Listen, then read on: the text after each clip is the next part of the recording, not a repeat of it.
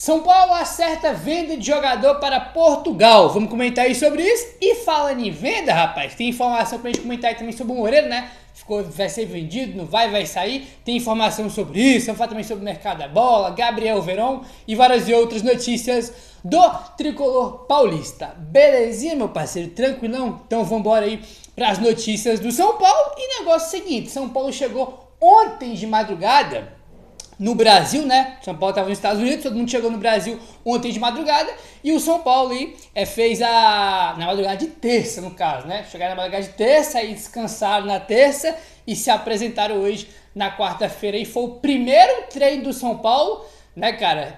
No Brasil em 2025, porque assim quando o São Paulo se reapresentou após as férias, né? Todo mundo se reapresentou e já viajou para Orlando, né? Então não teve nenhum tipo de atividade antes da viagem para os Estados Unidos e hoje foi a primeira delas e vamos falar sobre isso porque essa foi a primeira atividade no Brasil, primeira e única antes do jogo de amanhã, porque amanhã já tem São Paulo em campo de novo contra a equipe do Guarani e confesso para vocês que eu fiquei surpreso com as notícias que a gente tem aqui, que a gente deve ver amanhã o time principal do São Paulo já começando desde o início, pelo menos foi assim que o Zubeldia trabalhou o time aí hoje, a informação do GE.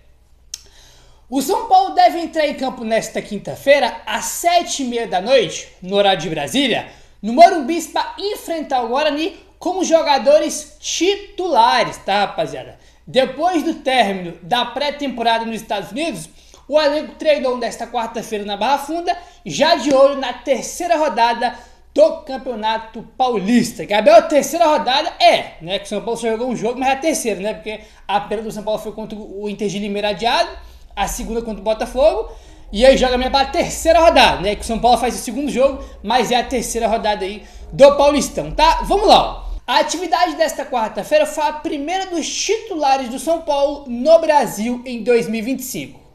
A maior parte do elenco que estava nos Estados Unidos para a FC Series ganhou folga na última terça-feira. Isso que a gente acabou de comentar, né? Eles chegaram na madrugada de terça, né? Aí tiveram o dia inteiro de folga e se apresentaram aí hoje, tá bom?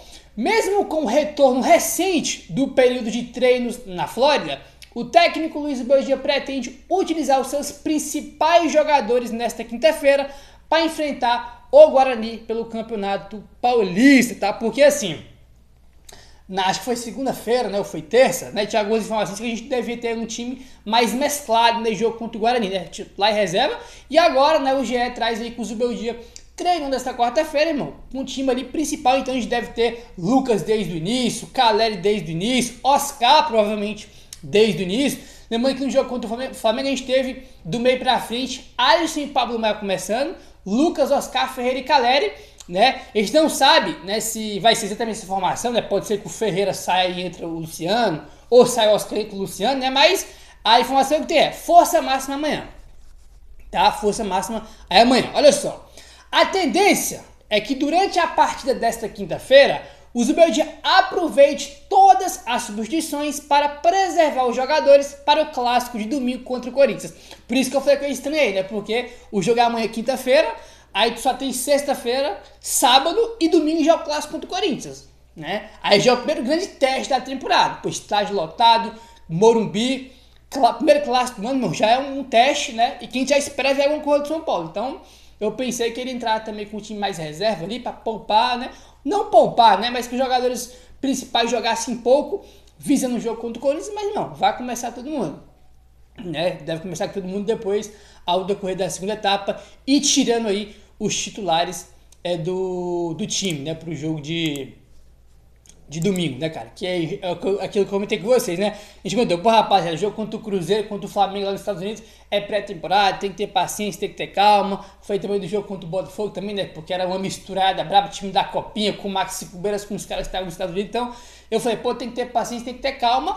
Mas quinta-feira, amanhã, no caso, contra o Guarani, e especialmente contra o Corinthians, a gente já espera ver alguma coisa, né? Contra o Corinthians. Espera ver uma boa apresentação, que o São Paulo faça um bom jogo e consiga a vitória, que é o mais importante. Porque, rapaz, a galera já tá criticando o time da pré-temporada. Mas a gente se perde pro Corinthians, o primeiro clássico do ano em casa, com 60 mil pessoas, né? Então, tem que começar aí com o pé direito, né? Vencendo o time do Corinthians, né? Tem um jogo de amanhã, né? Que eu já tô falando do jogo contra o Corinthians, mas tem um jogo de amanhã contra o Guarani, tá? E hoje, rapaziada, é aniversário aí, né? Se não for o maior ídolo da história do São Paulo, é o segundo maior. Porque tem muitas pessoas que falam, pô, o maior ídolo é o Raí, que não sei o que, mas enfim. Se não for o maior, é o segundo maior, que é o Rogério Ceni, que completa 52 anos de idade. Não vou ficar aqui perdendo meu tempo falando dos títulos que ele ganhou pelo São Paulo, né? O cara ganhou tudo, né? O único que ele não ganhou foi a Copa do Brasil. Copa do Brasil foi o único título que ele ganhou. Mundial, Libertadores, Paulista, Recopa, não sei o que lá, ganhou tudo, né? Então, um cara assim, lendário, né, cara?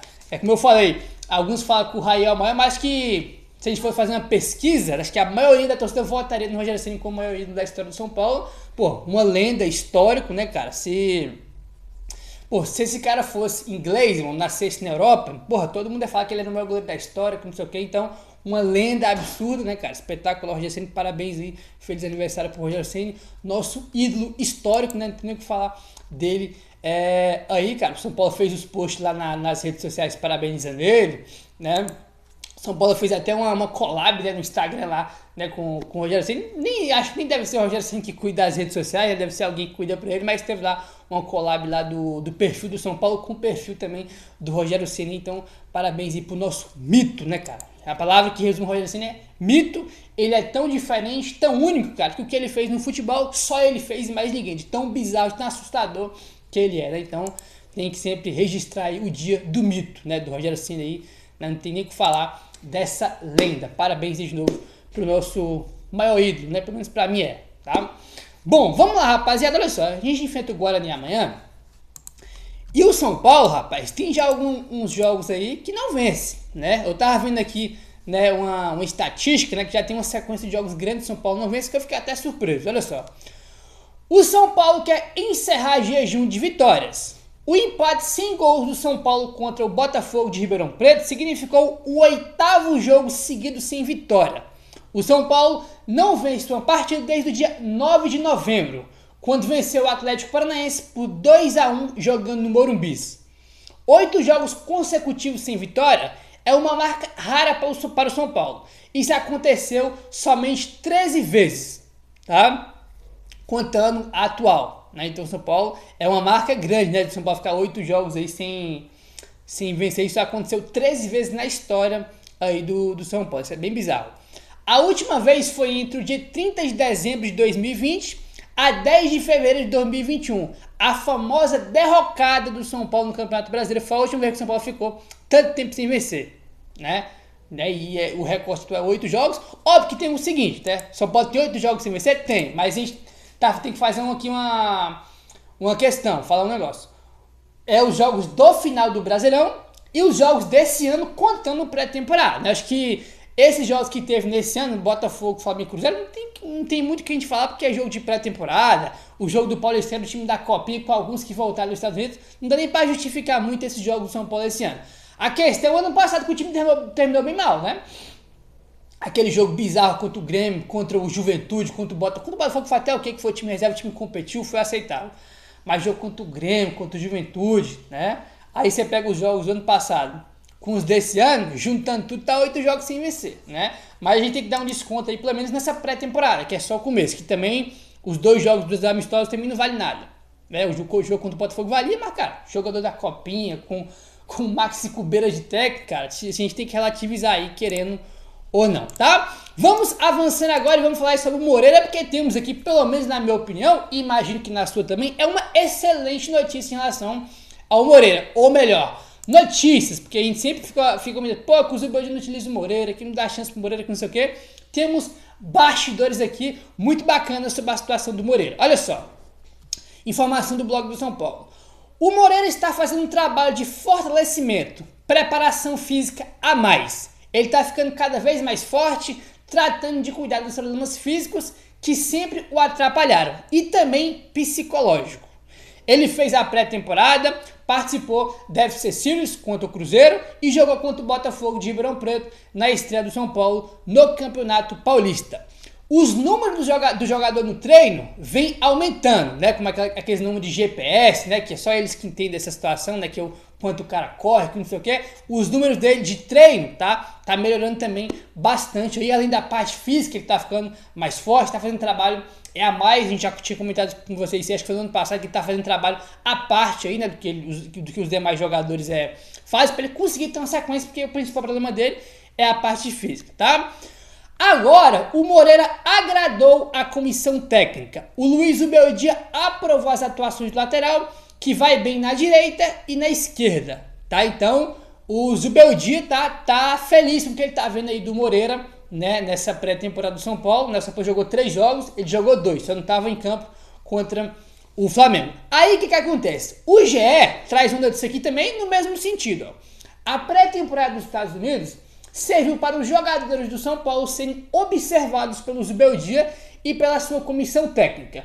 O lateral direito Moreira aproveitou a oportunidade que teve ao demonstrar ao técnico que pode ser útil pelos dois lados, tanto pela direita quanto pela esquerda, tá? Então, isso aqui é muito interessante.